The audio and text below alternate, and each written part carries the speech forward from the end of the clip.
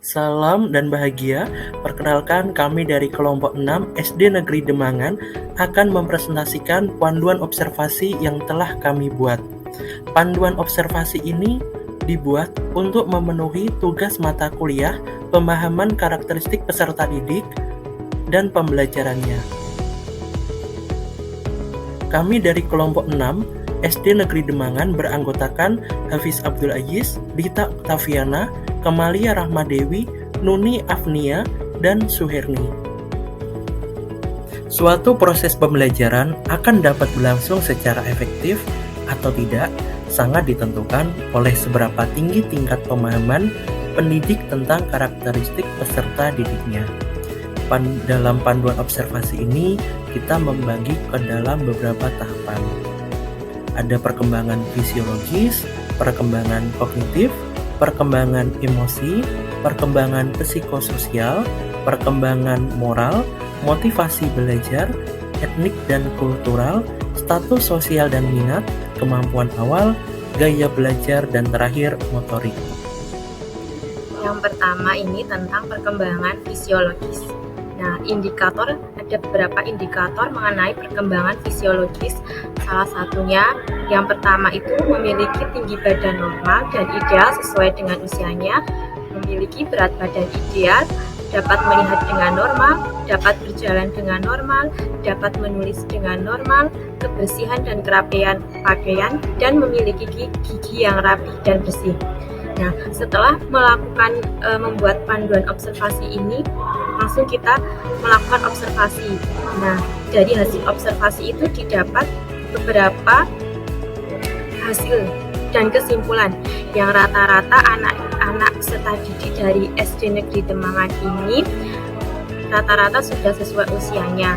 Sebagian besar peserta didik memiliki berat badan dan tinggi badan yang ideal. Meskipun ada beberapa siswa yang berat badannya melebihi usianya atau melebihi normalnya tidak. Untuk perkembangan kognitif, indikator yang pertama mengklasifikasikan benda-benda konkret. Dari hasil observasi yang telah kami lakukan, ini terlihat dalam pembelajaran matematika di mana peserta didik bisa menyebutkan contoh bangunan jajar genjang maupun bangunan berbentuk segitiga. Untuk indikator yang kedua, memahami konsep sebab akibat secara rasional dan sistematis. Peserta didik kelas 4 SD Negeri Demangan yang kami lakukan observasi sudah bisa memahami konsep sebab akibat. Selama observasi, peserta didik bisa mencontohkan penggunaan kalimat sebab akibat seperti contohnya, kakak menonton film horor, akibatnya kakak bermimpi buruk, dan adik tidak masuk sekolah sebab adik sedang sakit. Indikator yang ketiga, kemampuan mengingat dan berpikir logis. Selama observasi yang dilakukan di kelas 4 SD Negeri Demangan, peserta didik terlihat sudah mampu mengingat dan berpikir logis. Ini terlihat dari kemampuan merefleksikan pembelajaran pada minggu yang lalu. Indikator yang keempat, memecahkan masalah secara logis dan kreatif. Dalam menyelesaikan soal-soal HOTS, terlihat peserta didik SD Negeri Demangan sudah mampu menyelesaikan secara logis dan kreatif. Indikator yang kelima, melihat permasalahan dari sudut pandang orang lain. Tentunya tidak semua permasalahan mampu diselesaikan dengan baik oleh peserta didik. Beberapa peserta didik masih terlihat mementingkan egonya sendiri-sendiri. Ini terlihat selama proses observasi, peserta didik belum mampu menghargai diskusi antara satu kelompok dengan kelompok yang lain. Pada aspek perkembangan emosi, terdapat indikator yang pertama, siswa merasa perilaku menyenangkan atau gembira. Dengan hasil observasi, siswa merasa senang atau gembira dengan lingkungan kelas maupun sekolah karena dapat bermain dengan temannya di sekolah, menyukai pembelajaran, menyukai gurunya yang dapat menyampaikan pembelajaran dengan mudah dan mendapatkan nilai yang bagus. Yang kedua, dengan indikator siswa merasa perilaku kurang menyenangkan. Hasil observasinya yaitu siswa tidak pernah mendapatkan perilaku yang kurang menyenangkan. Namun, terkadang mereka tidak menyukai dan terganggu jika temannya ramai maupun usil. Indikator ketiga, siswa merasa tidak takut untuk mengikuti pembelajaran ataupun tidak takut dengan orang lain. Hasil observasinya yaitu, siswa tidak takut dalam mengikuti pembelajaran ataupun tidak takut dengan warga sekolah, misalnya dengan guru, teman, ataupun lainnya. Namun, terdapat siswa yang takut dimarahi oleh gurunya. Indikator yang keempat yaitu siswa dapat melakukan ekspresi diri. Hasil observasinya yaitu, siswa dapat melakukan ekspresi diri dengan adanya ekstrakurikuler, kesempatan siswa maju di depan kelas atau presentasi, melakukan tanya jawab, menulis, dan praktik. Namun, beberapa siswa tidak mau melakukan kegiatan pembelajaran yang kurang disukainya. Indikator kelima yaitu siswa dapat mengontrol emosinya. Hasil observasinya, siswa belum dapat mengontrol emosinya di sekolah karena mereka masih menyukai membalas perbuatan temannya. Tetapi saat emosi tersebut, siswa ditenangkan oleh teman-temannya. Indikator keenam yaitu respon guru mengenai emosi siswa. Dengan hasil observasi, respon guru saat siswa bahagia yaitu dengan memberi terima kasih dan bertepuk tangan. Lalu guru akan merespon siswa yang ramai sendiri dengan memberikan nasihat dengan tegas atau memberi teguran.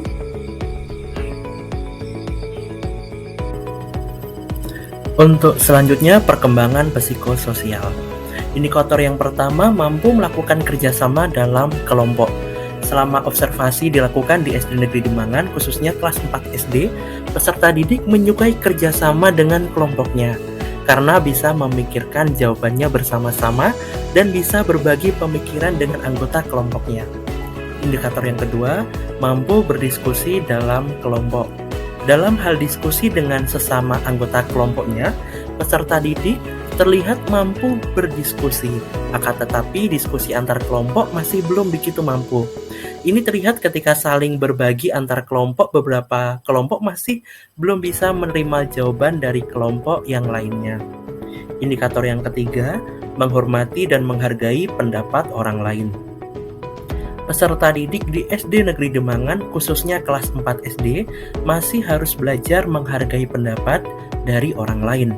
Karena dari observasi yang dilakukan masih terlihat kurang mampu dalam hal menghormati maupun menghargai pendapat orang lain di luar kelompoknya. Indikator selanjutnya, memiliki sikap empati. Dari observasi yang dilakukan, peserta didik memiliki empati yang cukup baik untuk anak seusianya. Misal ketika ada anak yang sakit, peserta didik mengusulkan ke temannya untuk bersama-sama menjenguk temannya yang sakit. Indikator selanjutnya, memiliki sikap mandiri. Peserta didik terlihat memiliki sikap mandiri. Ini terlihat dari piket kelas yang sudah terjadwal, selalu dilakukan tanpa disuruh. Mengerjakan PR tanpa bantuan orang lain. Indikator selanjutnya, memiliki sikap indikator selanjutnya, bertanggung jawab dengan tugasnya. Peserta didik mampu bertanggung jawab dengan tugasnya, seperti mengerjakan tugas-tugas sekolah yang diberikan dan mengerjakan piket kebersihan kelas yang sudah dijadwalkan. Indikator selanjutnya, percaya diri mengemukakan pendapatnya di depan kelas. Terlihat peserta didik melalui observasi yang kami lakukan mampu mengemukakan pendapatnya dan mampu mengemukakan pendapatnya di depan kelas dan berani untuk berbicara di depan kelas. Indikator selanjutnya, percaya diri berbicara di depan kelas. Ini masih sama dalam observasi yang kami lakukan, terlihat peserta didik mampu mengemukakan pendapatnya dan berani untuk berbicara di depan kelasnya, di depan teman-teman, dan di depan gurunya.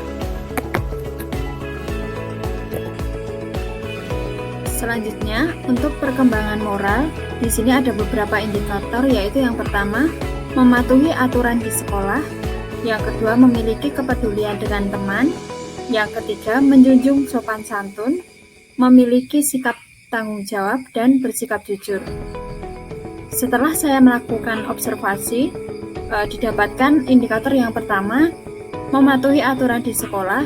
Di sini, siswa dominan menaati aturan-aturan yang ada di sekolah, misalnya siswa tidak pernah datang terlambat karena selalu ada kegiatan di pagi hari seperti upacara, apel pagi, sholat duha bersama, dan kegiatan olahraga bersama seperti senam dan juga jalan sehat.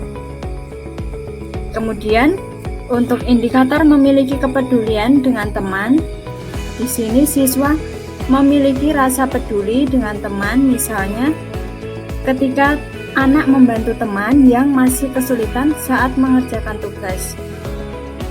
Selain itu, siswa di sini juga membantu temannya yang sakit. Kemudian untuk indikator yang ketiga, yaitu menjunjung sopan santun. Nah, di sini siswa menerapkan 5S yang menjadi kebiasaan di sekolah tersebut. 5S ini yaitu senyum, sapa, salam, sopan, dan santun. Kemudian siswa saat berbicara dengan guru selalu menggunakan bahasa yang baik. Kemudian yang keempat yaitu memiliki sikap tanggung jawab. Di sini siswa sudah memiliki rasa tanggung jawab di sekolah. Misalnya ketika siswa membawa alat tulisnya masing-masing. Selain itu, siswa bertanggung jawab dengan tugas-tugas yang diberikan oleh guru. Kemudian yang terakhir yaitu bersikap jujur. Di sini siswa sudah mampu bersikap jujur ketika mengerjakan tugas dan saat melakukan ujian di sekolah. Di sini karena setiap kelas itu sudah dilengkapi dengan CCTV untuk memantau kegiatan siswa atau saat melaksanakan ujian berlangsung. Untuk selanjutnya adalah motivasi belajar. Indikator yang pertama adalah kemauan untuk aktif dalam pembelajaran. Siswa SD Negeri Demangan sangat aktif ketika tanya jawab kepada guru di kelas. Walaupun kadang terasa masih malu-malu apabila disuruh maju di depan kelas. Yang kedua adalah ketekunan dalam mengerjakan tugas. Siswa SD Negeri Demangan tekun dalam mengerjakan tugas sekolah maupun tugas di rumah. Yang ketiga adalah jumlah waktu yang disediakan untuk belajar. Untuk siswa SD Negeri Demangan, belajar di rumah mempunyai periode belajar yang berbeda-beda. Tetapi biasanya mereka akan belajar di pukul 6 sore dan berakhir di pukul 20 malam hari. Yang keempat adalah ulet dalam menghadapi kesulitan. Ketika siswa SD Demangan mendapatkan kesulitan ketika di sekolah, mereka akan bertanya kepada teman atau kepada guru kelas. Tetapi kalau di rumah, biasanya mereka akan bertanya kepada bapak atau ibu yang ada di rumah. Kemudian yang terakhir adalah lebih senang bekerja mandiri. Tetapi ternyata SD Negeri Demangan siswanya lebih suka belajar secara berkelompok. Mereka berkata bahwa ketika belajar berkelompok, mereka akan lebih bersemangat dan pekerjaannya akan lebih cepat selesai. Pada aspek etnik dan kultural, di sini ada beberapa indikator, yaitu yang pertama, menggunakan bahasa daerah asal, yang kedua, menjalankan norma yang berlaku, yang ketiga, melakukan kebiasaan sesuai dengan asalnya, dan yang terakhir, saling menghormati dan menghargai keragaman budaya sesama teman. Adapun hasil observasi yang saya lakukan, di sini siswa rata-rata berasal dari daerah yang sama, sehingga siswa cenderung memiliki budaya yang sama. Ketika di sekolah, siswa menggunakan bahasa Jawa, tetapi ada juga yang menggunakan bahasa Indonesia. Kemudian saat berbicara dengan guru, siswa selalu menggunakan bahasa Indonesia. Untuk keragaman yang terlihat di sekolah, yaitu adanya keragaman agama yang meliputi agama Islam, Kristen, dan juga Katolik. Untuk keragaman agama, siswa selalu menghormati dan menghargai agama antar teman meskipun berbeda-beda.